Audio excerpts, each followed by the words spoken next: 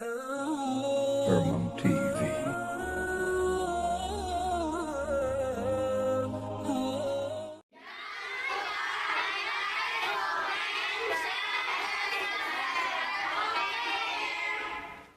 Usikum wa nafsi bitaqwallah wa qad fazal muttaqun. Kaum muslimin wal muslimat rahimakumullah. Ketika Sayyidatina Fatimah wafat, diantarkanlah ke makam. Yang memandu adalah satu suaminya Ali bin Abi Thalib, yang kedua dan ketiga adalah anaknya Hasan dan Husain, yang keempat adalah Abu Dzarin Al-Ghifari. Dikala itu hadirin yang dirahmati Allah Subhanahu wa taala, sampailah di pemakaman. Merasa ini yang dibawa putra Nabi. Yang ini yang dibawa ini adalah seorang junjungan. Yang dibawa adalah orang hebat. Apa kata Abu Dzar? Ya qabru, atadri man allati ji'na biha ilaika? Wahai kubur, tidakkah engkau sadar bahwa yang aku bawa datang kepadamu ini adalah ya Fatimatu Zahra, adalah Fatimah binti Rasulullah sallallahu alaihi wasallam, wa zaujatu Ali al-Murtada wa Hasan wal Husain. Fasami'u nida'am al-qabri. Abu Dzar protes, wahai pemilik kubur, wahai malaikat penjaga kubur, tidak tahukah engkau yang saya bawa ini adalah Siti Fatimah, istri Ali, uminya Hasan Husain, putri dari Rasulullah. Keluarlah suara dari kubur.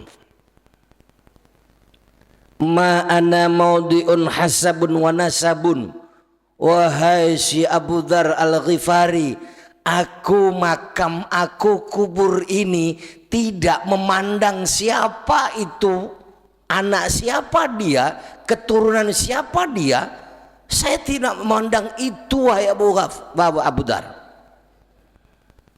Bahasa dunianya, mohon maaf, selangkah dua langkah dikedepankan, ketika ada pengajian datang belakangan, begitu datang minta di depan.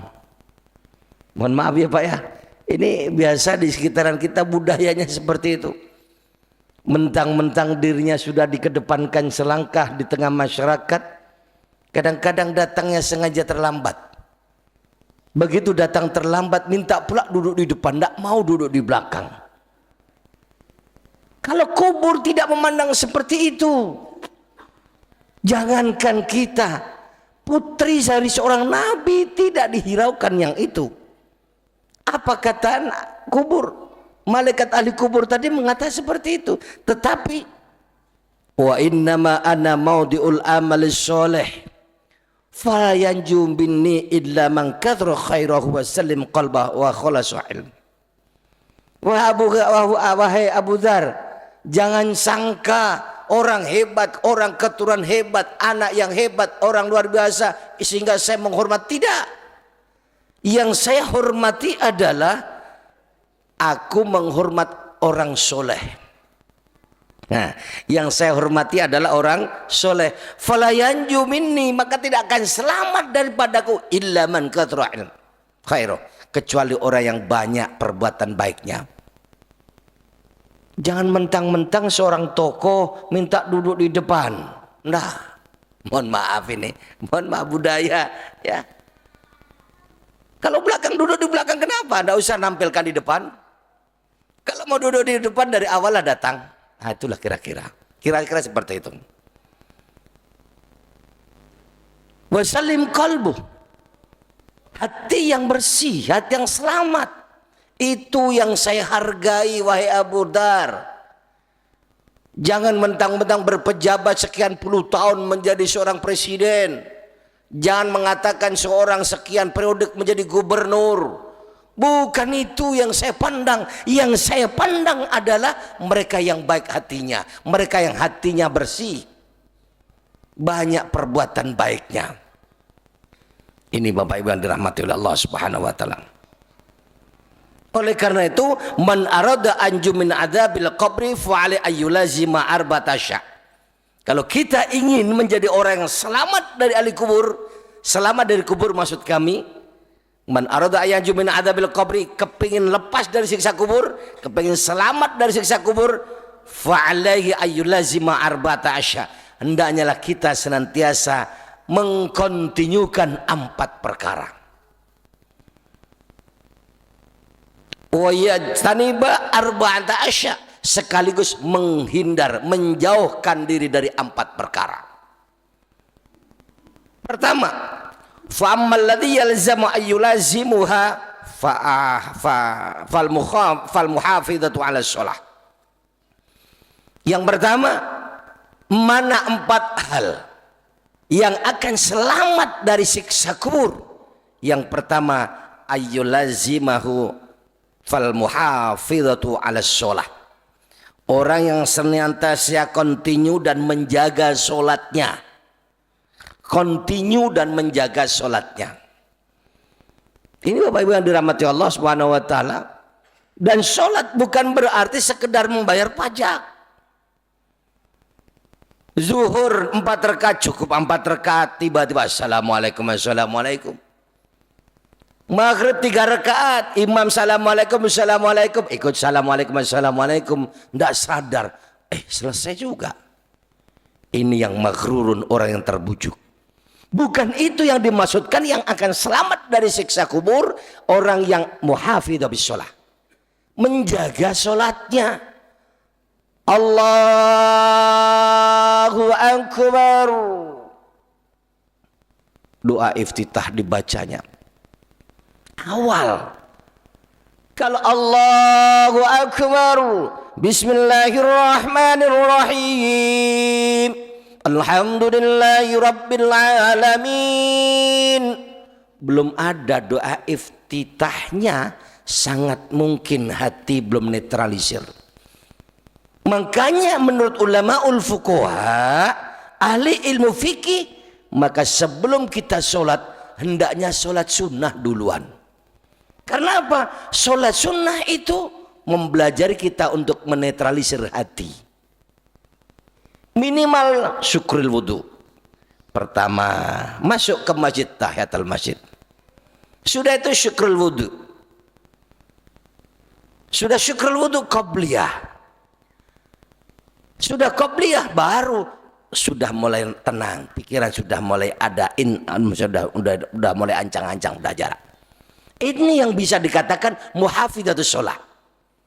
Tetapi apabila belum bisa menetralisir kondisi hati dan rohani kita, mohon maaf, begitu takbiratul ihram, imam baca iftitah, kita baca iftitah, imam sudah selesai, kita belum selesai, atau imam sudah selesai, imam belum selesai, kita sudah selesai, apalagi yang saya baca.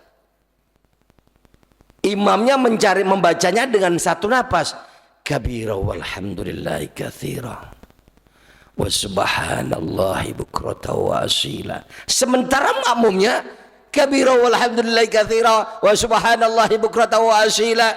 Imam belum selesai, makmum sudah selesai. Melanglang buana, apalah yang dibaca imam, tidak cepat-cepat Fatihah, tengok sana. Apa yang ada di kiri kanan dinding dibaca semua. Siapa yang ceramah malam ini?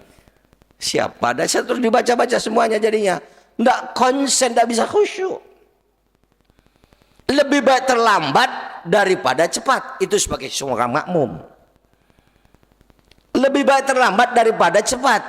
Kalau bacaan makmum pun tidak selesai, no problem. Yang penting imam selesai. Bismillahirrahmanirrahim. Alhamdulillahi rabbil alamin. Ini rakaat yang ketiga dan empat misalkan. Imam sudah ruku, kita baru siratal ladzina an'amta alaihim. Kalau saya lanjutkan sampai waladhdallin, amin, imam sudah keburu ruku, putuslah sampai di situ langsung. Kalau tidak dipercepat, siratal ladzina an'amta alaihim ghairil maghdubi alaihim waladdallin, amin. Percepat. Kalaupun tidak dipercepat, no problem. Yang penting wajib baca Fatihah adalah imam. Ini Bapak Ibu yang dirahmati Allah Subhanahu wa taala. Nah, kalau sudah seperti itu yang dimaksud daripada muhafidzatus shalah. Termasuk yang kemarin udah saya sampaikan, ingat 9 lafaz yang tersusun rangkaian menjadi doa yang berada di dalam salat, itu adalah intinya salat. Rabbi ighfirli warhamni wajburni warfa'ni warzuqni wahdini wa'afini wa'fu anni. 9 lafaz ini harus kita jaga. Mau mendapat kita ampun, ya Allah, maghfirli dzunubi, ya Allah, ampunkanlah segala dosa kami, ya Allah. Itu di luaran. Di dalam salat sudah ada Rabbi ighfirli, ya Allah, belas kasihanlah kami, ya Allah, kami senantiasa melakukan ini dan itu, ya Allah, mohon ampunkanlah, ya Allah, mohon belas kasihanlah kami, ya Allah, warhamni. Cukup. Bagi seorang pejabat, mohon maaf, ya Allah, sekarang lagi menyusun SOT-nya gubernur, perbiana, wali kota, misalkan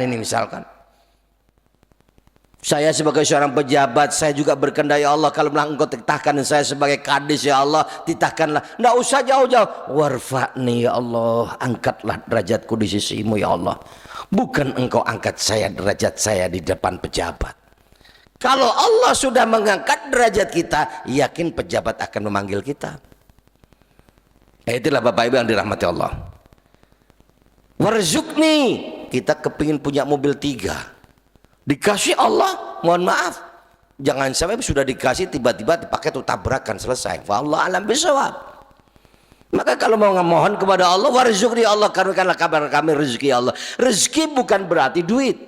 Jangan sampai kontaminasinya adalah harta benda. Napas kita rezeki. Semua yang ada pada diri kita yang dikaruniakan oleh Allah adalah rezeki. Jangan sampai terkontaminasi. Rezeki yang dimaksudkan kita adalah hanya kita bisa berbuat duit.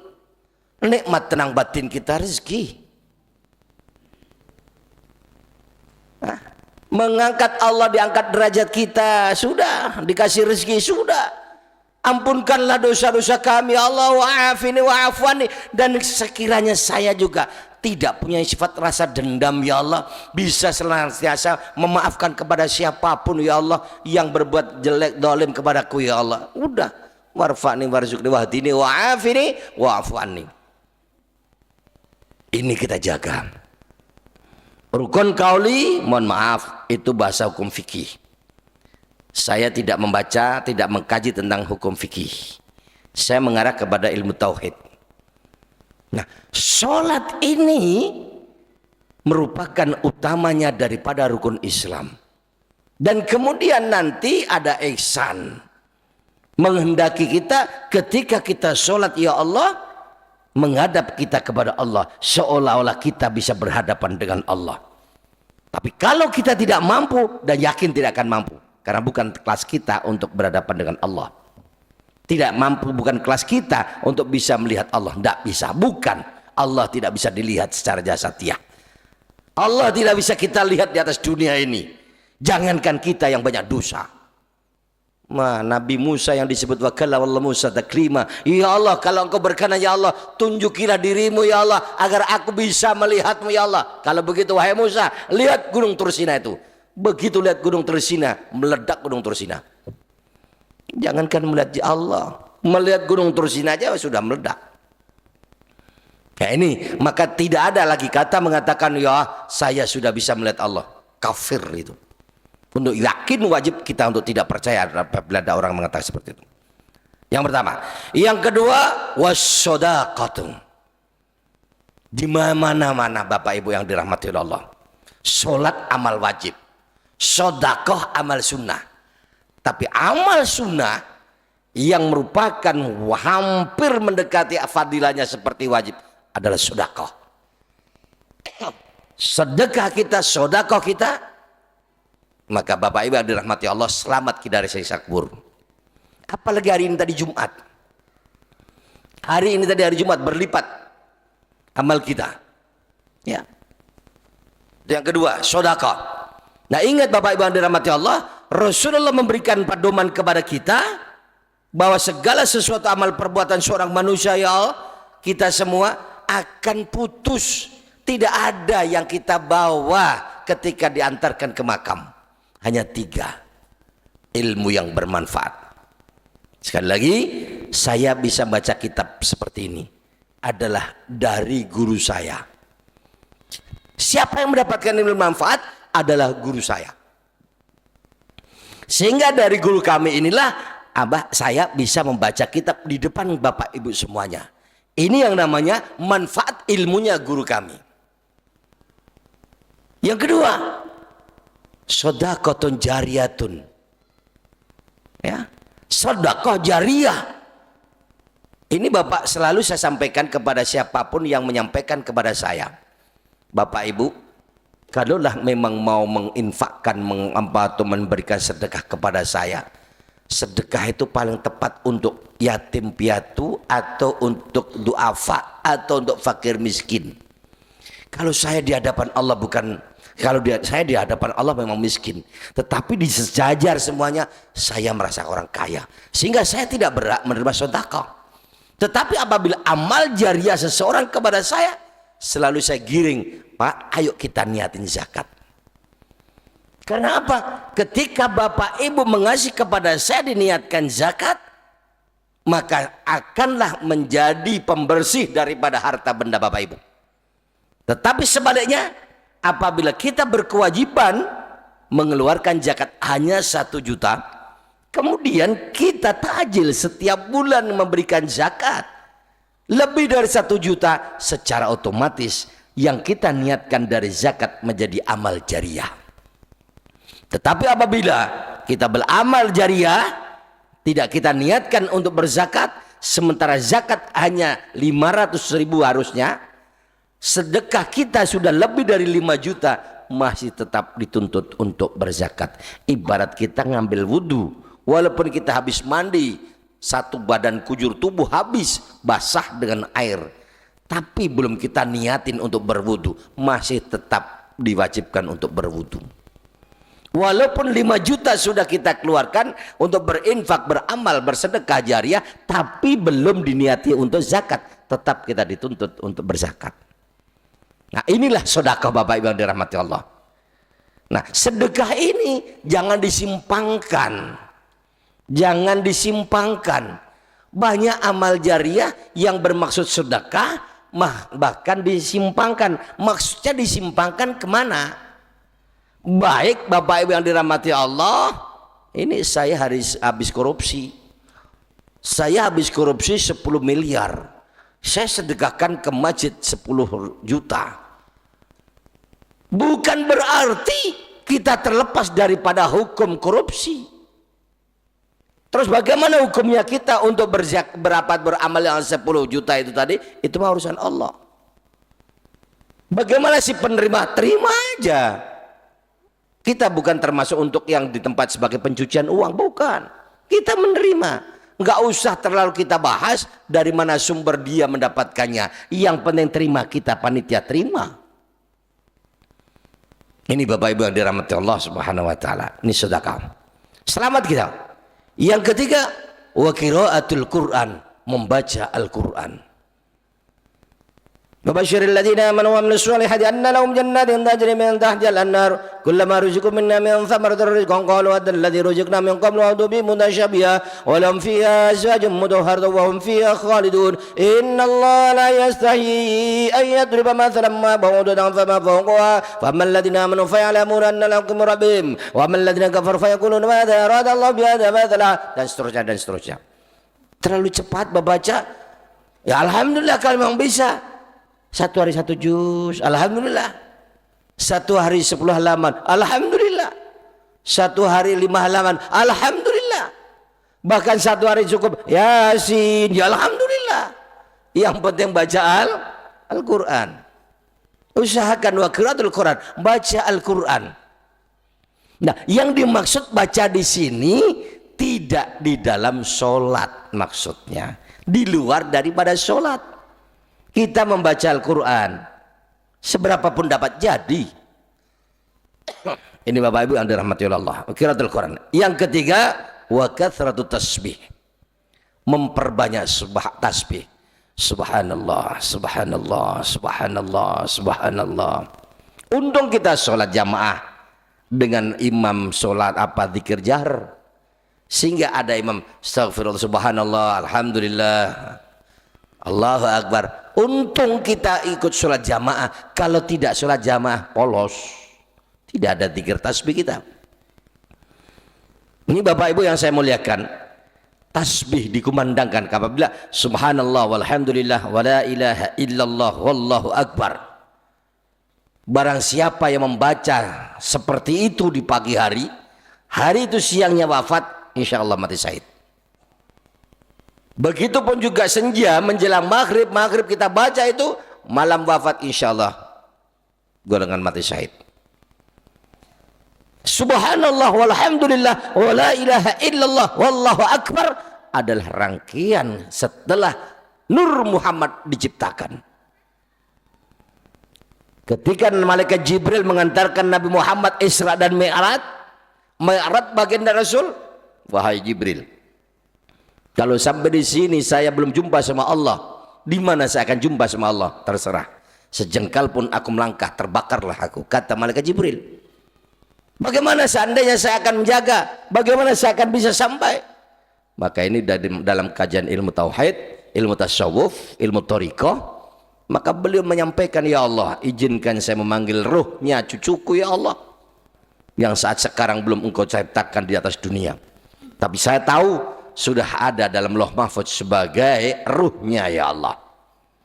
Maka panggilkan ruhnya cucuku itu ya Allah agar bisa saya pijak. Apa alasannya ruh yang dipijak? Tidak akan tahu kemana Rasulullah diantarkan ke satu tempat. Tidak ada. Tidak ada tempat di mana bertemu dengan Allah. Di Arsy, di Mustawa, di mana sampai sekarang tidak akan ada yang bisa meyakinkan, tidak ada yang bisa menerjemahkan. Tetapi yakin bahwa Rasulullah bertemu dengan Allah dengan mendapatkan perintah sholat 5 waktu sehari semalam. Dan ini Bapak Ibu yang dirahmati Allah Subhanahu wa taala, maka ketika sudah sampai di sana, wallahu alam di mana tempatnya, tidak perlu kita reka-reka, maka at-tahiyyatul mubarakatus shalawatut thayyibatu lillah, itu yang disampaikan. Assalamualaikum ya ayyuhan nabi, assalamualaikum ya ayyuhan nabi, dan seterusnya. Para malaikat tergelandang, suaranya menggelegar. Assalamu alayna wa ala ibadillahi shalihin. Malaikat bersaksi, asyhadu an la ilaha illallah wa asyhadu anna muhammadar rasulullah. Maka rangkaian itu dimasukkan dalam rangkaian sholat 5 waktu sehari semalam. Ini pertemuan baginda Rasul dengan Allah. Malaikat menyaksikan. Nah, baginda Rasul ketika sudah bertemu dengan Allah menggelegar subhanallah, para malaikat berkata. Yang kedua, mohon maaf, subhanallah itu adalah ketika Allah sudah menciptakan Nur Muhammad. Kemudian alhamdulillah adalah pertemuan ibunda Hawa dengan Nabiullah Adam. Abina Adam wa ummina Hawa bertemu di Jabal Rahmah, maka para malaikat mengatakan alhamdulillah. Wala ilaha illallah wallahu akbar adalah ketika perjalanan Nabi Muhammad Mi'raj.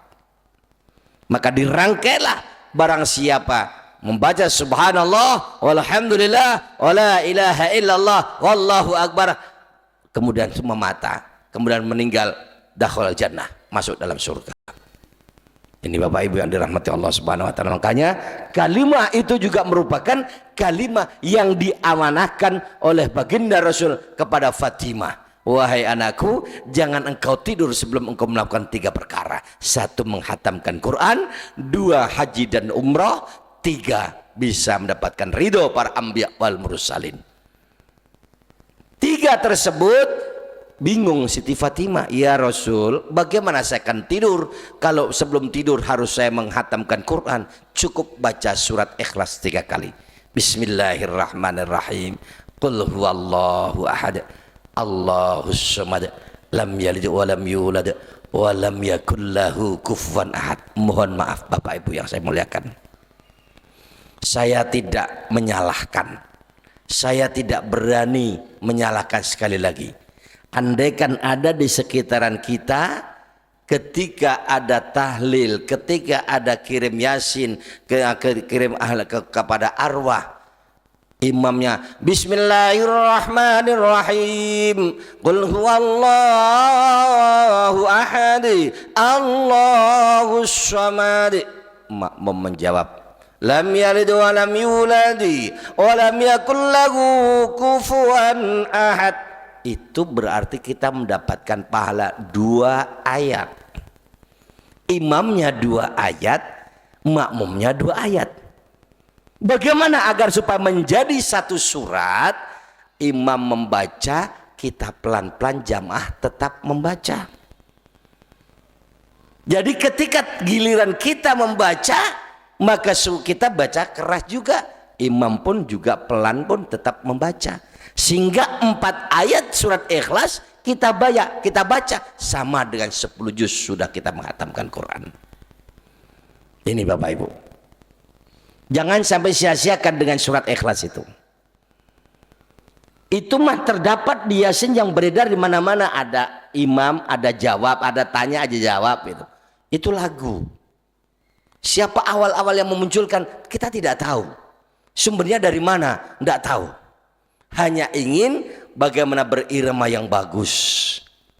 Nah, cuma buat saya pribadi, mohon maaf, saya tasihkan kepada guru Quran saya, Kiai, ketika saya pertama masuk ke Sumatera, saya menjumpai kalimat seperti itu. Bagaimana menurut Kiai? Tidak salah, bagus. Itu kan irama. Tapi kalau mau ingin dapatkan pahala yang berlebih, ya walaupun pelan-pelan baca aja. Nah, itu ya. Jadi jangan sampai katakan saya menyalahkan kepada imam dan makmum yang ada baca seperti itu. Saya tidak menyalahkan. Sekali lagi, jangan sampai kata saya menyalahkan. Nah, silakan imam menyatakan seperti itu, makmum ikuti pelan-pelan. Qulhuwallahu ahad, Allahus samad. Baru lam yalid wa lam yulad, sama. Jadi artinya 4 ayat kita baca bersama. Oke. Membaca tasbih kepada. Tasbih ini Bapak Ibu yang rahmati oleh Allah Subhanahu wa taala, ringan diucapkan, berat di timbangan bagi sabda Rasulullah.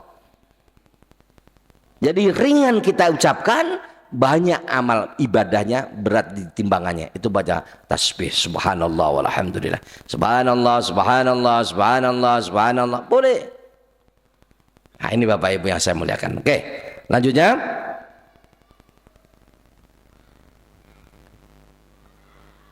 Ayyulazima arba'ata waqatul fa innaha tudul qabra wa tuwasi'.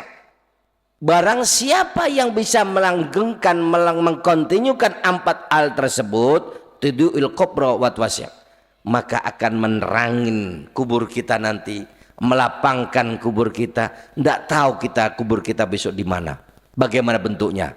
Logika kita sekarang Bapak Ibu, masuk dalam bejana, kita masuk dalam satu ruangan kamar, hampa, tidak ada udara, tidak ada kipas angin, tidak ada AC. Cukup 1 jam pengap kita Pak di dalam. Siapa mau mencoba silakan. Saya tidak berani, tidak mencoba saya. Jadi buatlah kira-kira kamar 1 meter persegi, masuk di dalamnya, atau 2 meter persegi masuk di dalamnya, tidak ada apa-apa.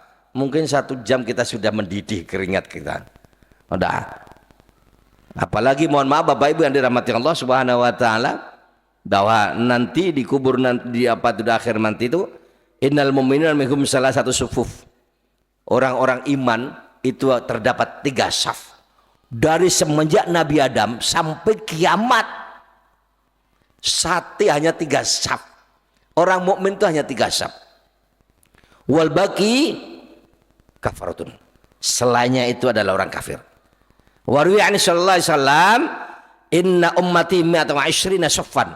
Kalau menurut Rasulullah sabdanya ada 120 baris. Umat Nabi Muhammad 120 baris. Wa sifatul mu'min annahum baydul wujuh ghairul muhajjalun. Wa sifatul kafirin annahum sudul wujuh. Sifat daripada seorang mukmin putih wajahnya. Dan kalau orang kafir adalah hitam wajahnya. Alhamdulillah wajah saya masih hitam. Ya Pak ya. Alhamdulillah wajah saya masih hitam. Mudah-mudahan memotivasi saya untuk bagaimana bisa putih nanti di sana. Ini Bapak Ibu yang dirahmati Allah Subhanahu wa taala. Nah, perjalanan antara saf pertama dengan saf kedua itu perjalanan sama dengan 2400 tahun. Padahal 1000 tahun di dunia, 1 hari di sana. Kalau 2400 tahun, berapa lama perjalanan? Itu di mahsyar Bapak Ibu. Kalau diplesetkan sedikit, sebelum kita wafat, pandai-pandailah kita bisa berbahasa Minang. Karena besok kita di mahsyar, ketika sudah dibangunkan, kita digiring di padang. Nah, kita digiring di padang, maka harus kita pandai berbahasa Minang. Itu plesetannya seperti itu Bapak Ibu. Padahal itu nanti perjalanan luar biasa. Apa ndak mendidih kita? Matahari setinggi jemarit kita, setinggi tonggak, ya. Setinggi tonggak itu hanya kurang lebih 2 meter. Di atas jemari kita hanya satu jengkal di atas kita. Apa ndak mendidih badan kita? Keringat kita. Begitu berjalan sampai 2400 tahun. Padahal 1 hari di sana 1000 tahun di sini. 1 tahun aja di sana berapa puluh ribu tahun di dunia. Baru 1 hari kita dikasih peringatan oleh Allah, menangis sejadi-jadinya. Ya Allah, baru sedikit nafas. Alhamdulillah, syukur kita terbentang dengan problem. Bersyukur kita semestinya tidak boleh terbentang dengan problem.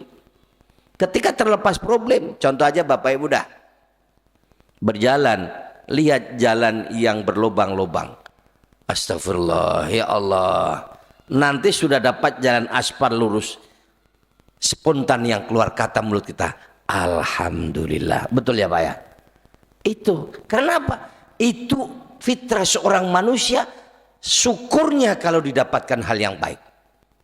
Tidak mensyukuri dikala berjalanan. Padahal itu proses. Untuk mencapai hal yang baik, prosesnya seperti itu. Oke.